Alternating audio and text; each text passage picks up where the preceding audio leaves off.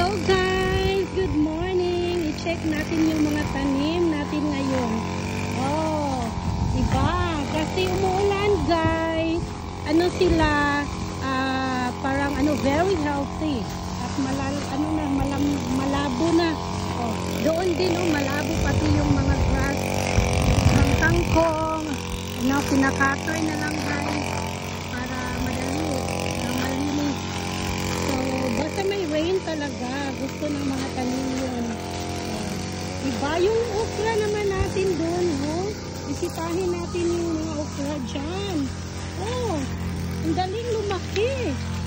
Around 2 days lang ako hindi nakapag-hi. Ganito na naman. So, I need to get this one.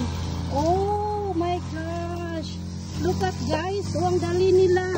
Lumalaki.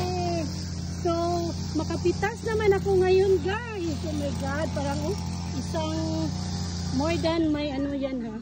May dangaw yan. O diba? Ang dali lang pala.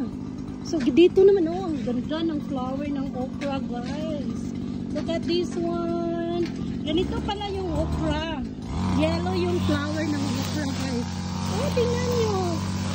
Around 2 days lang ito.